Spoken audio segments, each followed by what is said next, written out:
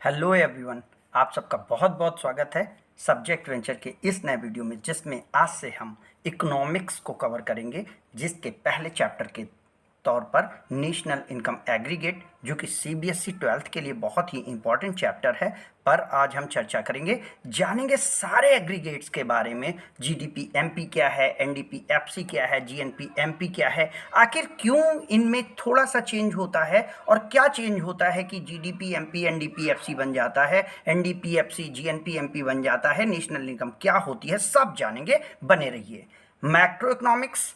Macro means big, is a study of aggregate economy variable of in economy. Means किसी भी economic activity के तहत अगर हम ब्रॉड व्यू लेते हैं, बिगर तौर पर चीज़ों को स्टडी करते हैं, तो वो मैक्रो इकोनॉमिक्स में आता है। In macroeconomics we study thing as a whole. For example general price level, aggregate demand, aggregate supply and national income. Personal income जानेंगे तो माइक्रो होगा। Consumption goods, different type of goods के बारे में जानना बहुत जरूरी है। कंज्यूमर गुड्स भी इन्हें कहते हैं। Consumer goods are those goods which are bought by consumer as a final or ultimate good to satisfy their needs. याद रखना है, कंज्यूमर का पर्पस इन्वेस्टमेंट या रीसेल नहीं होगा। Special attention should be given that goods are used in order to derive utility from them for satisfaction of needs. Means person अपनी आवश्यकताओं की पूर्ति के लिए, अपनी जरूरतों को पूरा करने के लिए उन चीजों को खरीद रहा है, न कि बिजनेस पर्पस के लिए। Durable goods, car, television, radio. Non durable goods में service like fruits, oil, milk, vegetable आते हैं। कैपिटल गुड्स क्या है?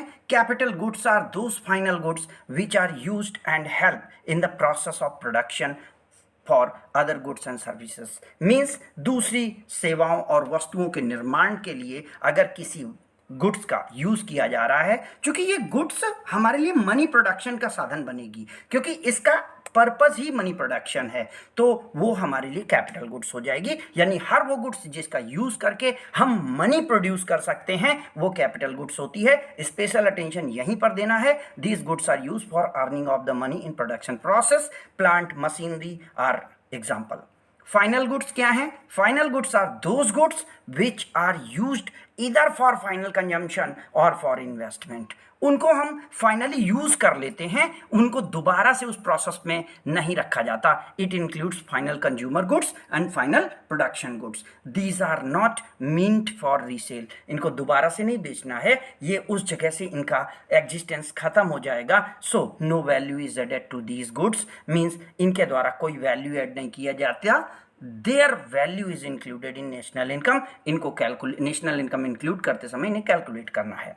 Intermediate goods. इंटरमीडिएट गुड्स क्या होती हैं? मध्यवर्ती गुड्स इनको कहते हैं, जिनका प्रयोग करके हम किसी वस्तु को बना रहे हैं। अगर हम मेज बनाते समय वुड को यूज कर रहे हैं तो would will be intermediate good. अगर हम केक बनाते समय आपके फ्लोर को यूज कर रहे हैं तो flour will be intermediate goods. Sandwich बनाते समय ब्रेड्स का यूज इंटरमीडिएट गुड्स होगा। Intermediate goods are those which are used for resale और फर्दर प्रोडक्शन। ये याद रखना, ये रॉ मटेरियल होती हैं, प्रोडक्शन प्रोसेस में यूज की जाती हैं। स्टॉक एंड फ्लो बहुत इंपॉर्टेंट कॉन्सेप्ट है। स्टॉक क्या है? Quantity of an economic variable which is measured at a particular point of time.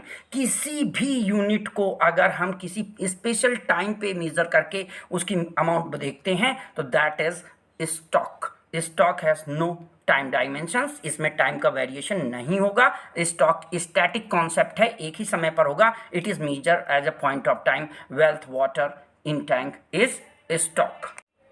Flow is a quantity of an economic variable which is measured during period of time. एक निश्चित समय span के अंतर्गत, इस समय से इस समय तक ये चीज़ हमारे पास कितनी है, अगर इस तरीके से हम किसी चीज़ को मेजर करते हैं तो फ्लो वेरिएबल होता है। फ्लो वेरिएबल में टाइम डायमेंशंस होगा, जैसे कि इसको एज पर आर कितना देखा जाएगा, पर डे देखा जाएगा। Flow as a dynamic concept. Investment या वाटर इन स्ट्रीम, रिवर का पानी फ्लो वेरिएबल, वाटर टैंक का पानी स्टॉक होगा। इन्वेस्टमेंट क्या है? Investment is a net addition made to the existing stock of capital.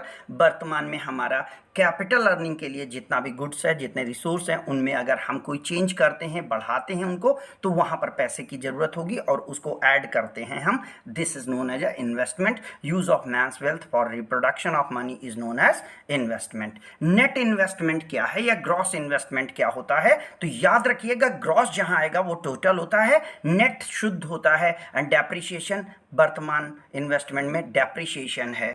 Existing investment use होने के कारण कितना कम हो गया है, ये हमारा डेप्रिसिएशन होता है। डेप्रिसिएशन और consumption on fix capital is refers to the fall in the value of fixed assets due to normal wear and tear और पैसेज ऑफ टाइम और एक्सपेक्टेड एब्सोलेंस। मीन्स कितने समय में वो गुड्स हमारे से फिनिश हो जाएगी, 0 डिग्री हो जाएगी, MEC 0 हो जाएगा, ये डेप्रिसिएशन होता है। Circular flow in income.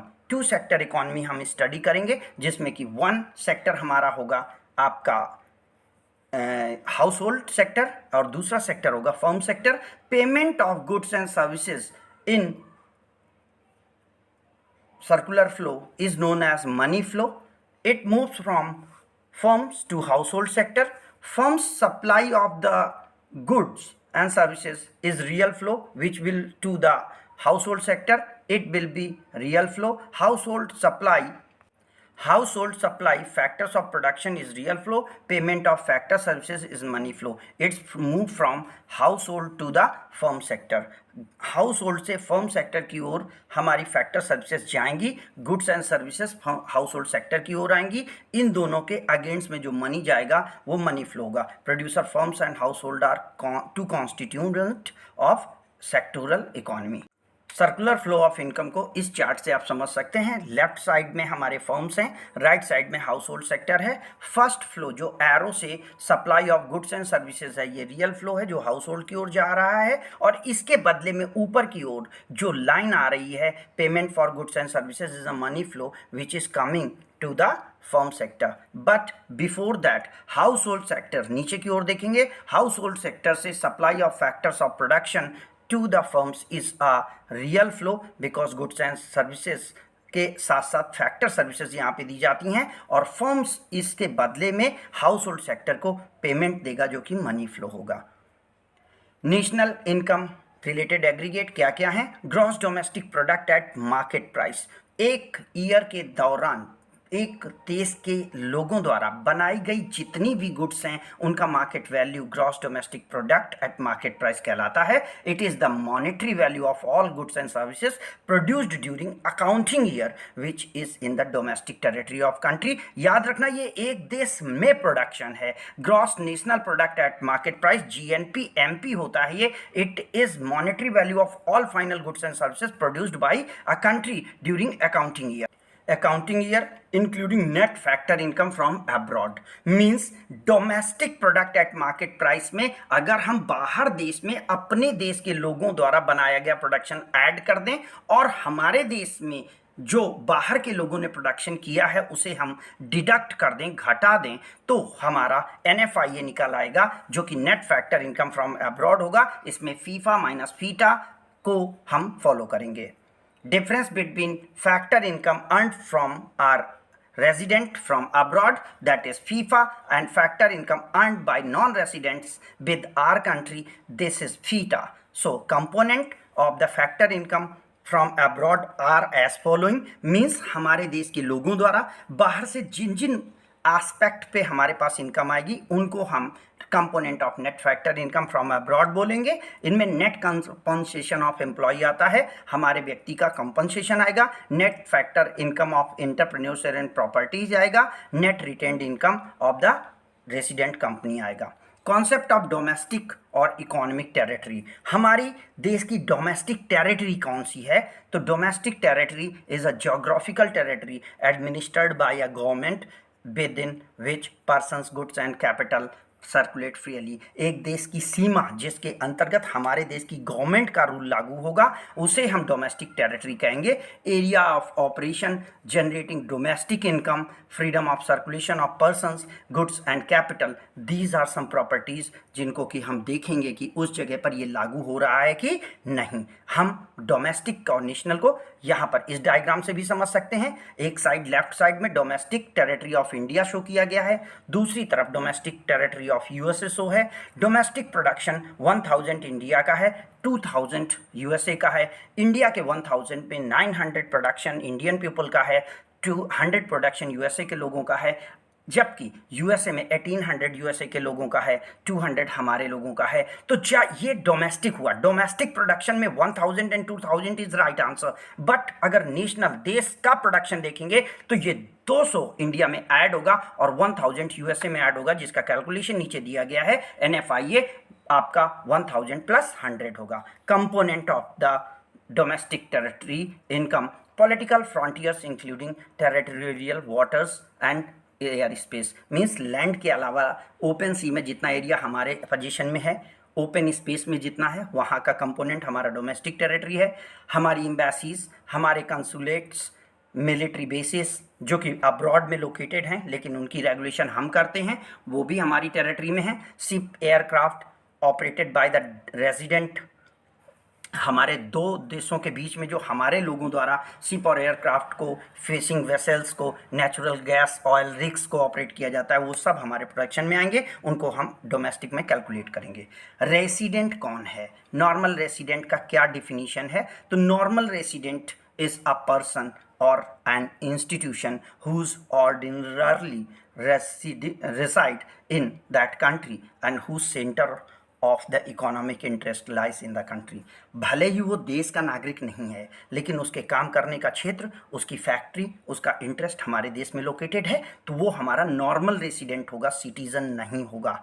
Centre of economic interest implies resident यहाँ रहता है या यहाँ काम करता है। रेसिडेंट यहाँ पे इकोनॉमिक एक्टिविटी कैरी कर रहा है, पैसे खर्च कर रहा है, वेल्थ लोकेट और एक्यूमुलेट कर रहा है, वो यहाँ पर अपना फैक्ट्री लगाता है, उसका इकोनॉमिक इंटरेस्ट लाई करता है, तो वो नॉर्मल रेसिडेंट माना जाएगा। Relation between national product and domestic product पीछे डिस्कस कर चुके हैं। कब डोमेस्टिक प्रोडक्ट नेशनल प्रोडक्ट बनेगा? ऑलवेज रिमेंबर, डोमेस्टिक में NFIA को प्लस करने से हम नेशनल बनाएंगे।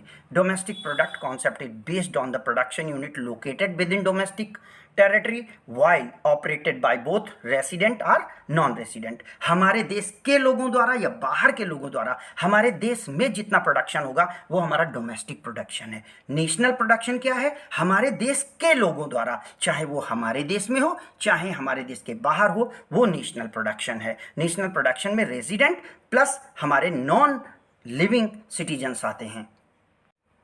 National product equal to domestic product plus resident contribution to the production outside of economic territory, factor income from abroad होगा, इसमें से माइनस कर देंगे non residence contribution to the production inside economic territory, net factor income to abroad होगा, FIFA minus FITA.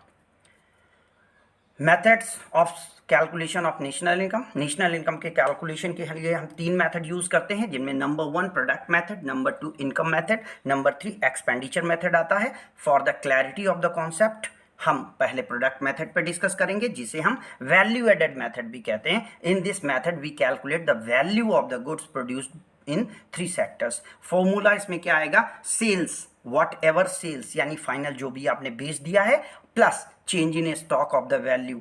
और change in the stock of value कब आएगा? जबकि आउटपुट चेंज हमारे यहाँ देखा जाएगा कि क्लोजिंग स्टॉक कितना है और ओपनिंग स्टॉक कितना है। Gross value added GDP/MP, value of output minus intermediate consumption यानी डेप्रिसिएशन होगा।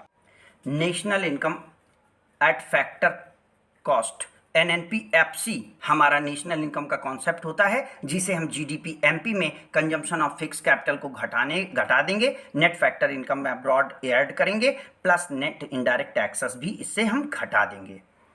Income method can be calculated by adding 3 component.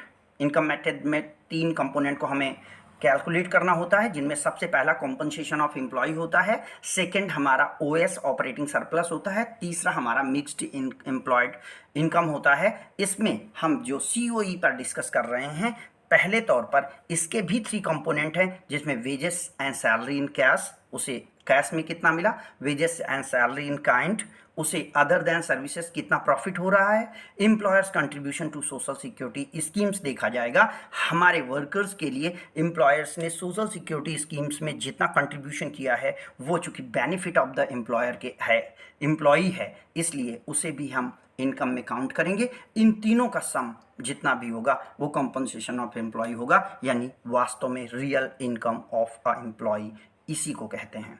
Second aspect operating surplus क्या है, it consist income from property and income from the work. Income from property में rent, interest, royalty, तीन चीज़ें आती हैं, इसलिए इसे हम आर कहते हैं, RIR रेर कहते हैं। इनकम फ्रॉम इंटरप्रेन्योरशिप, हमने जो इस समय वर्तमान में काम किया है उसे हम CDUP कहेंगे, यानी प्रॉफिट, कॉरपोरेट टैक्स, डिविडेंड और कॉरपोरेट सेविंग्स, जिसमें कि नेट रिटेन्ड अर्निंग आता है, इनको दोनों को मिला करके हमारा ऑपरेटिंग सरप्लस आता है, यानी वो एक्स्ट्रा अमाउंट आता है जिससे कि हमें आगे अपनी इकोनॉमिक एक्टिविटी को रन करने में, उनको चलाने में, उनको बढ़ाने में मदद मिलती है।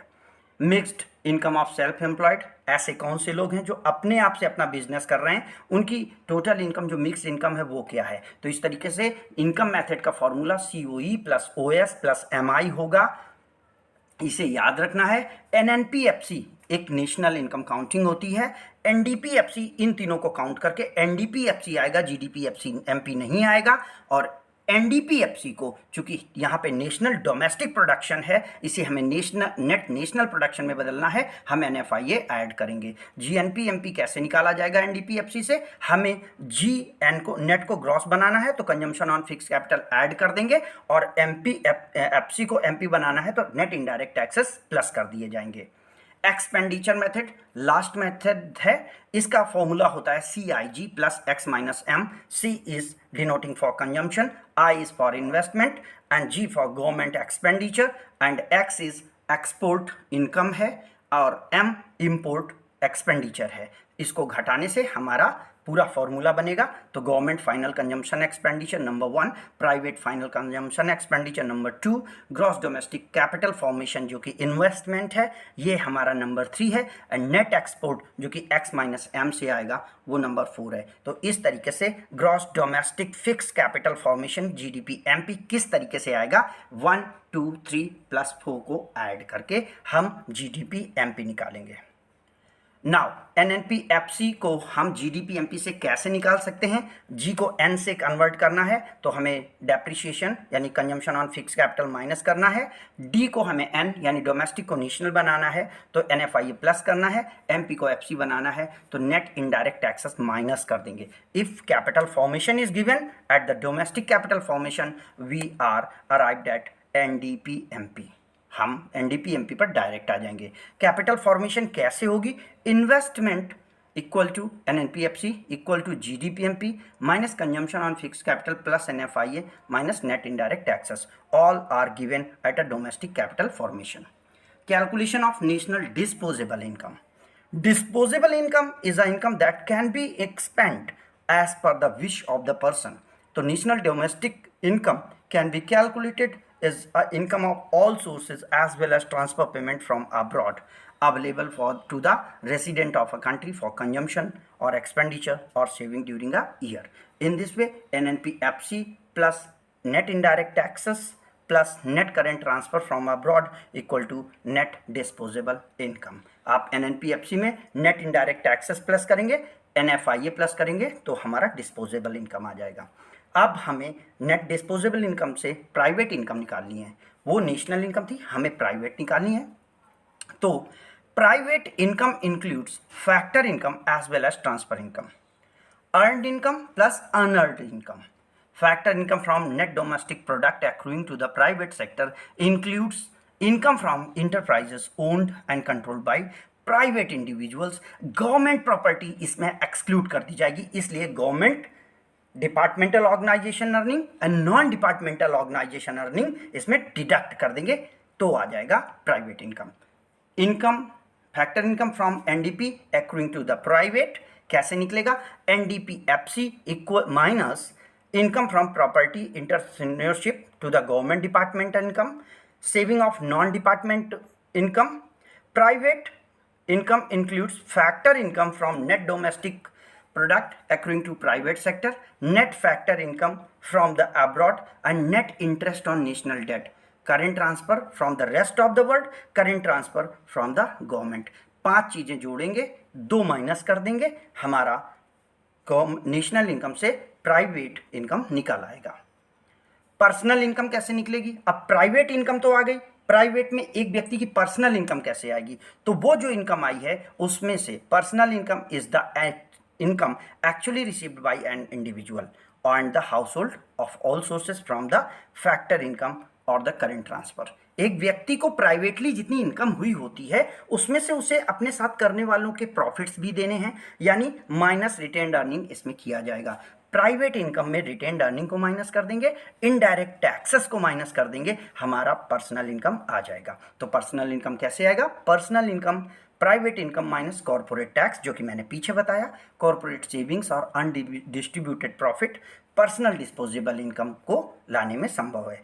पर्सनल इनकम में माइनस करेंगे इनडायरेक्ट टैक्सेस को, यानी डायरेक्ट टैक्सेस को, and miscellaneous receipts of the government administrative department को, जो कि fees and fines paid by a household है। यानी पर्सनल इनकम में अगर हम पर्सनल टैक्सेस प्लस पर्सनल के द्वारा जो गवर्नमेंट द्वारा पर्सनल पर जो गवर्नमेंट द्वारा ऑब्जेक्ट लगाए गए हैं, जो कंट्रीब्यूशन लगाए गए हैं, उन्हें माइनस करेंगे तो पर्सनल डिस्पोजेबल इनकम आ जाएगी, जो कि आगे देखेंगे। पर्सनल डिस्पोजेबल इनकम क्या है? Personal disposable income is derived from the personal income. Personal income मिल जाने के बाद हमें पर्सनल डिस्पोजेबल इनकम निकालनी है। तो पर्सनल इनकम में अगर हम गवर्नमेंट को दिया जाने वाला टैक्स घटा दें, उस व्यक्ति की इनकम के द्वारा जो कंपलसरी डिडक्शन हो रहे हैं वो घटा दें, तो उस व्यक्ति की अपनी खुद की खर्च करने वाली इनकम आ जाएगी, जो कि पर्सनल डिस्पोजेबल इनकम होती है। तो personal income minus direct taxes and compulsory contribution to the government schemes, personal income आ जाएगी। Personal disposable income consumption plus savings को बताएगी। Now finally various formulas are given by which you can understand the topic is in a aggregate way, in a cumulative way. NNP MP GNP MP से कैसे निकलेगा? दोनों के बीच में difference किस चीज़ का है? एन और जी का, यानी ग्रॉस और नेट का। ग्रॉस को नेट में कन्वर्ट करने के लिए हमें डेप्रिसिएशन माइनस करना होता है।